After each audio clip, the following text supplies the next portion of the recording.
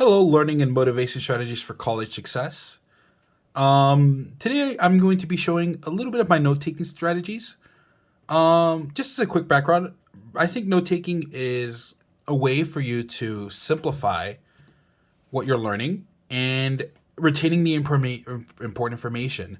You know, lecture is a freestyle almost. There is structure, but during lecture, especially when you're listening to somebody, a lot of the times they might go off track or talk about things that's not as important, ramble on like I'm probably doing right now. But um, note taking should be a way for you to drop down the important information and in a way that you understand. Um, my note taking strategies, as you'll see, are pretty simple. I think these are notes taking strategies that I've acquired from high school and still do now. Many years later, this is my second bachelor's. I think my taking strategy has worked for me personally. It might not work for you. I definitely have peers that do more extreme things or more creative things, better said, than I do. They'll have um, color coded binders, sticky notes, tabs, highlighters.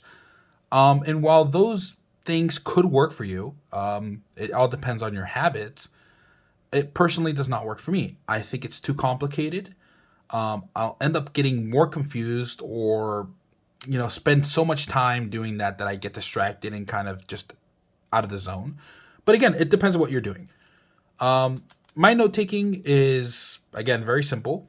I do whenever I start note taking, I separate into three parts: date, course title or course that you're taking, or if you're not doing necessarily a course, maybe the book name or whatever, and then the subject of whatever you're writing. It could be chapter 7. It could be since this is a computer science, there's really no chapters. It's more of like we're learning about J units today. So you want to separate those three because the date is important, because especially in a course, you could go back to the day where you learned that. You know, I'll be honest, I don't remember if I put J units and I go a couple more weeks ahead, I might forget what day or what week we actually learned about J units. So a date's a good way for you to go back and reference that in your notes, for example, or on the lecture or the syllabus. Um, you might have multiple computer science classes, and you definitely want to differentiate which classes which class this is, and then the subject is obviously important. So if you're studying and you're like, "Ooh, I'm kind of iffy on J units," you'll go back into the J unit section, and then you got your notes here. Excuse me. So, even though I am a computer science engineering major, I still like to write everything on paper. As you can see, this is a pretty full notebook right here. Um, because even though with online schooling being as popular as it is right now in 2021, I think that writing notes online is a huge distraction, and it's still a very good tool. I use it, and I'll talk about it, how I use it in a little bit. But pen and paper is just such an interactive way for you to write down, which writing on a keyboard just might not be able to do. So I definitely still like writing on a note or paper. So okay, so those were the three subjects. A lot of the times in lectures, you'll be learning mostly about definitions. You might be learning formulas, and I think you should treat everything as singular line things. So here we learn about J units. You write J unit, you write your little hyphen or dash right here, and then you write your definition. This is a simple way for you to go back and read this definition that might be on a test, for example. If you have a formula, you'll write down the formula right here and then write the definition. It's just a simple reference. I think that that's what note taking should be, and that's what it is for me.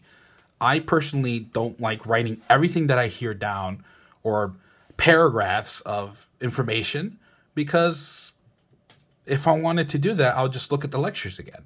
This should be a way for you to summarize things and kind of break it down into what information you actually need. So that's the way I like to do it on paper. I'll do this while I look at the lecture slides, and a lot of the times I might do this before. For example, here I have my slides for the week of.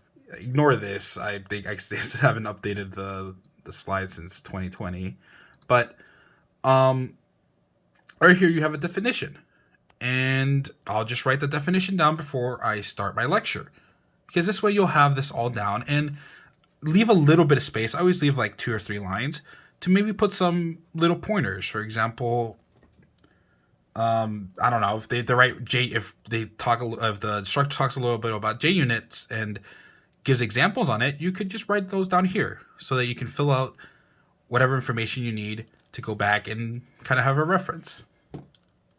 Okay. Another form of note taking that I especially use when it comes to exams and things that are more definition based is note cards. This course has actually inspired me to kind of draw more with my note cards. It kind of is a nice little break that you'll have while you're doing things. Usually I write the word and then the definition. Have whatever reference you can. So we learned about vectors in chapter 7. So because we did that, I'll know that if I really need to look back, I'll go to chapter 7. But imagery is an important way of memory, of being able to retain information with an image, as we learned in this class so far. So this is Victor. He's a character from a video game that I like called League of Legends. So whenever I hear Victor or vector, I'll think about vectors, right? It's a tongue twister, but you're back here, you just have the definition, so magnitude and direction. You could have formulas back here or maybe examples if you really needed to, but these note cards are usually a way for you to test yourself. You'll look at one, you'll be like, okay, this is this, or I guess in this case, magnitude and direction. So vector, what is vector? Oh yeah, magnitude and direction. Go back, check it out. Cool, you got it right. Go to the next one, dynamics, etc., etc. Note cards are a great way for you to test yourself and not just look at a definition in a book, because if you don't have it written down with some type of mnemonic or some type of association towards it, you're just not really going to remember it as well. Cool. Lastly, as I talked about Google Docs, here I have a lecture going on, and Zoom does have a great way of you actually being able to find the transcript. But while I have a 2-monitor setup, so while I'm listening to lecture right here, I will just pretend as my second monitor. I come and just write little points right here that I'll actually end up usually writing at my notebook. Google Docs save by themselves, and you can write whatever you want. You can actually import pictures and stuff. So I think Google Docs is a great way to go, but I don't think it should be your only form of note taking. It's a good form of note taking while you're in lecture and you maybe don't want to write stuff down immediately, but usually I'll write these down and then, write it down on a piece of paper. Those are my note taking strategies. Again, they're very basic, but I did want to share them. I think everybody has a sort of similar strategy that they use, but the strategies that you use, there's a bunch of them. Just use whatever works for you and just make it a habit. Okay, thanks for watching. I appreciate it.